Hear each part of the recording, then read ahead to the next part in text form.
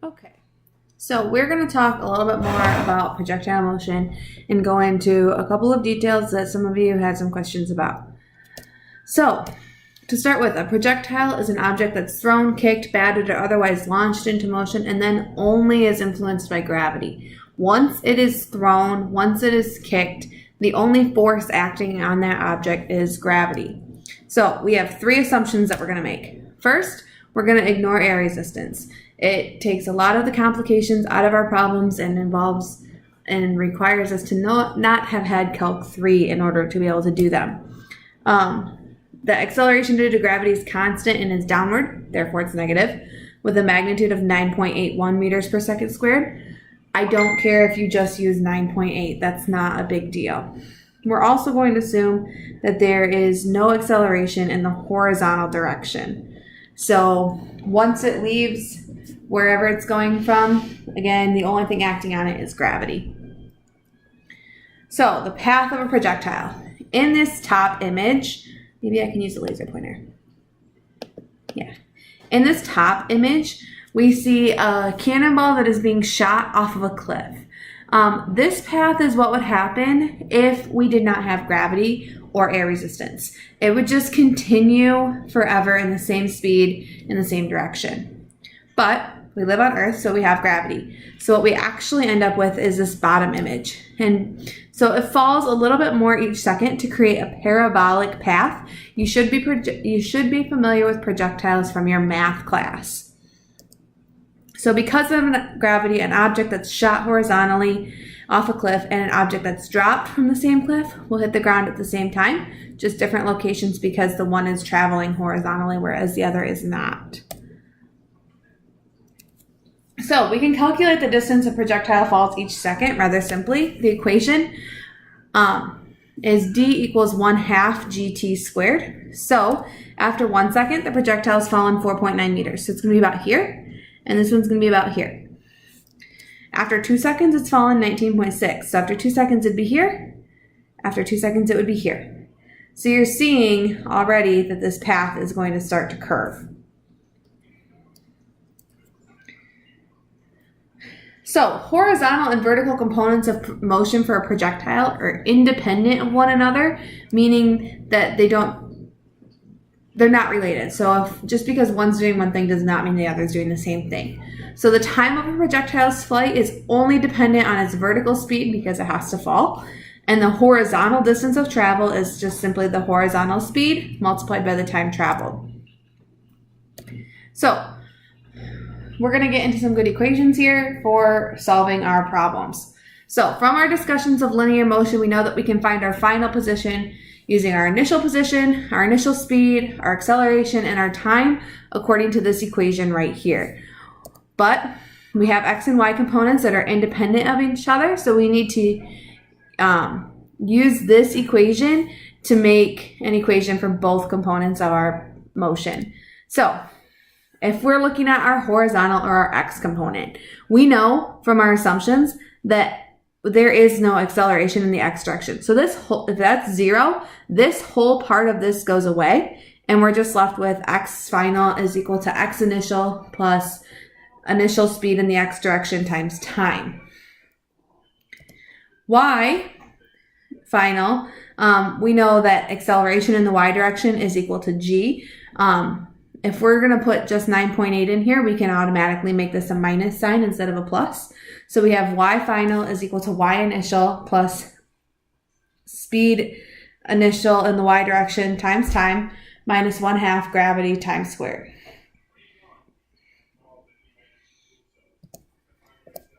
So here's an example. A person is skateboarding with a constant speed of 1.3 meters per second and releases a ball from a height 1.25 meters above the ground. Given that my initial x position is 0 and my initial y position is 1.25 meters, find the final x position and the final y position for a time of 0.250 seconds. Go ahead and pause the video and take a couple seconds and try this yourself.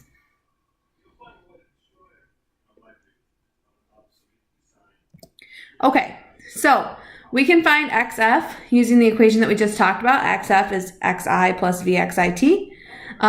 Xi is 0, so we just really need vxi times t. So 1.3 meters per second times 0.250 seconds gives me a position of 0.325 meters. Same with the y position, except this time we don't have any speed in the y direction, so this whole term just becomes 0.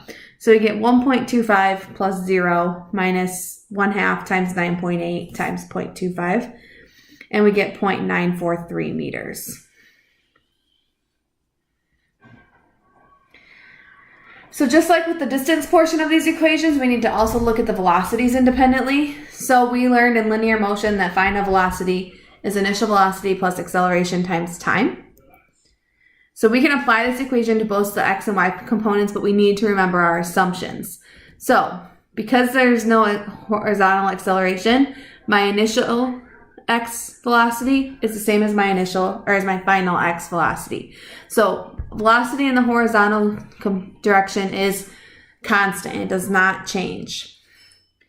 In my y direction, it's influenced by gravity. So VYF is VYI minus GT. Remember, because we've already changed this to a negative instead of a plus GT, you're just going to put in 9.8. You're not going to use negative 9.8. We've already accounted for that by putting in the minus sign.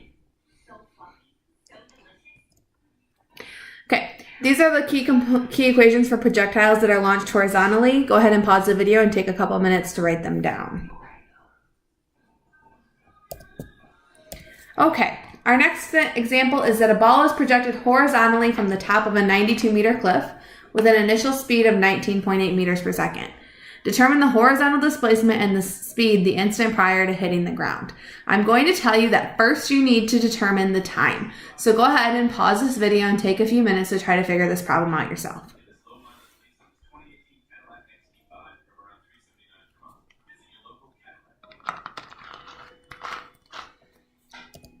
Okay, so I know that my initial y position is 92 meters. My initial x position is 0. My velocity in the x direction is 19.8.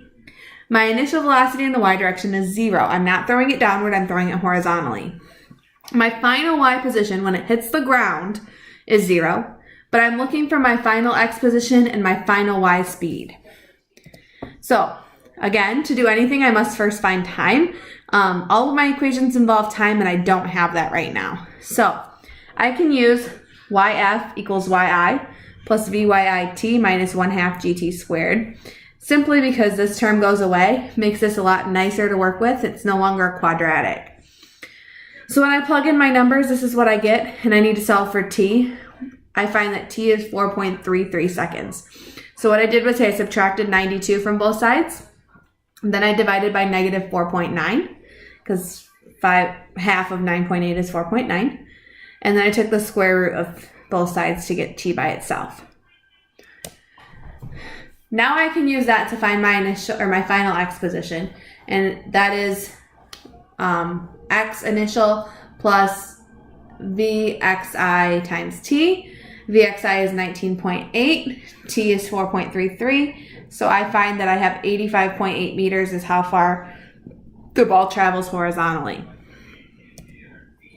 My final y speed is simply going to end up being, because VYI was 0, it's just 9.8 times 4.33, but it's negative because remember it's VYI minus. And that makes sense because the object is falling. We know that downward indicates a negative number. So we get negative 9.8 times 4.33 is negative 42.47 meters per second.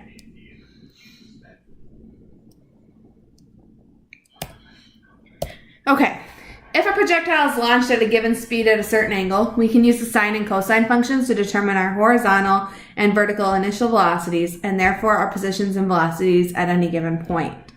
So Vxi, x is going to be cosine.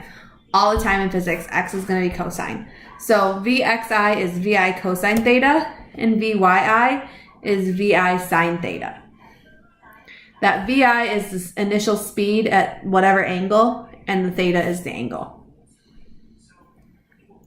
So we can take those and we can plug them into the equations that we already had to get these key equations for projectiles launched at an angle. Go ahead and pause this video and take a few seconds to make sure that those are all in your notes.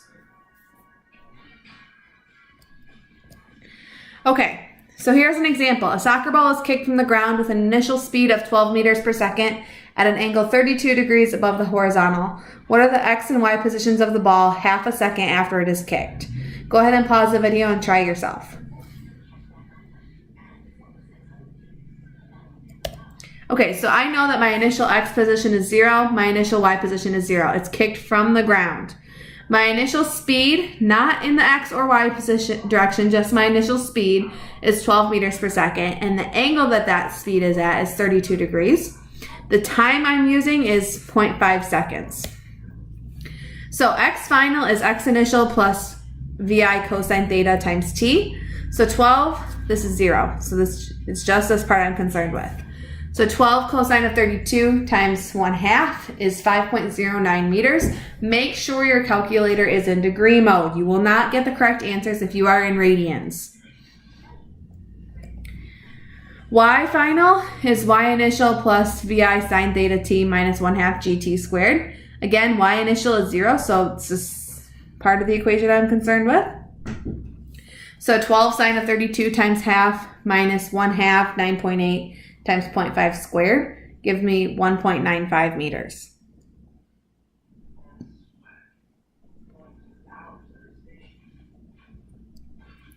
Okay, so the range of a projectile is the horizontal distance that it travels before landing.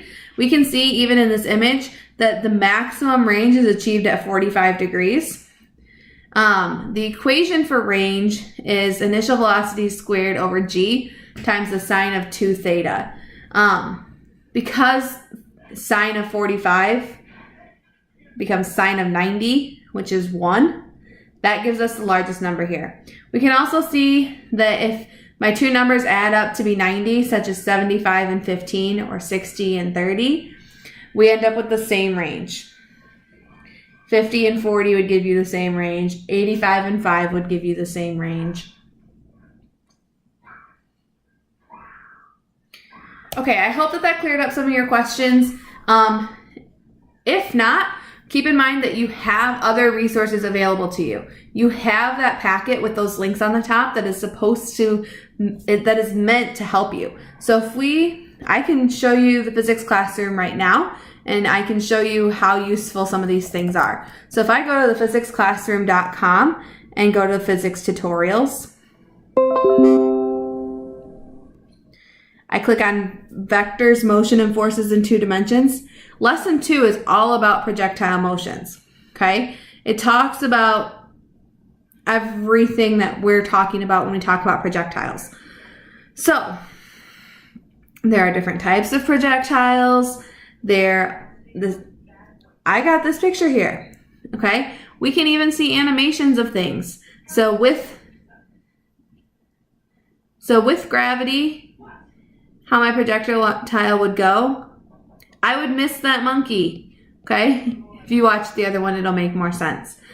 And then there's practice questions. They suggest some different simulations for you to try if you're still not sure. If we look at the characteristics of projectiles' trajectories, we look at horizontally launched projectiles and how it falls each second. Look at ones launched at angles and how they fall each second. Good practice questions, and then you can see the answers. So if you're not sure what's going on or how to solve a problem, those links on the top of your packet, right here, are there to help you. Okay, yeah, I can click on them directly. You can't, but you'll be all right. It is not meant to trip you up. Those are there for your benefit and to help you. You're also going to notice that this packet has a lot of the equations on it and that they're going to look a little bit differently. That's okay. You can use your notes instead. The equations are the same. They just look a little different. So, good luck, and I will see you guys in a couple of weeks.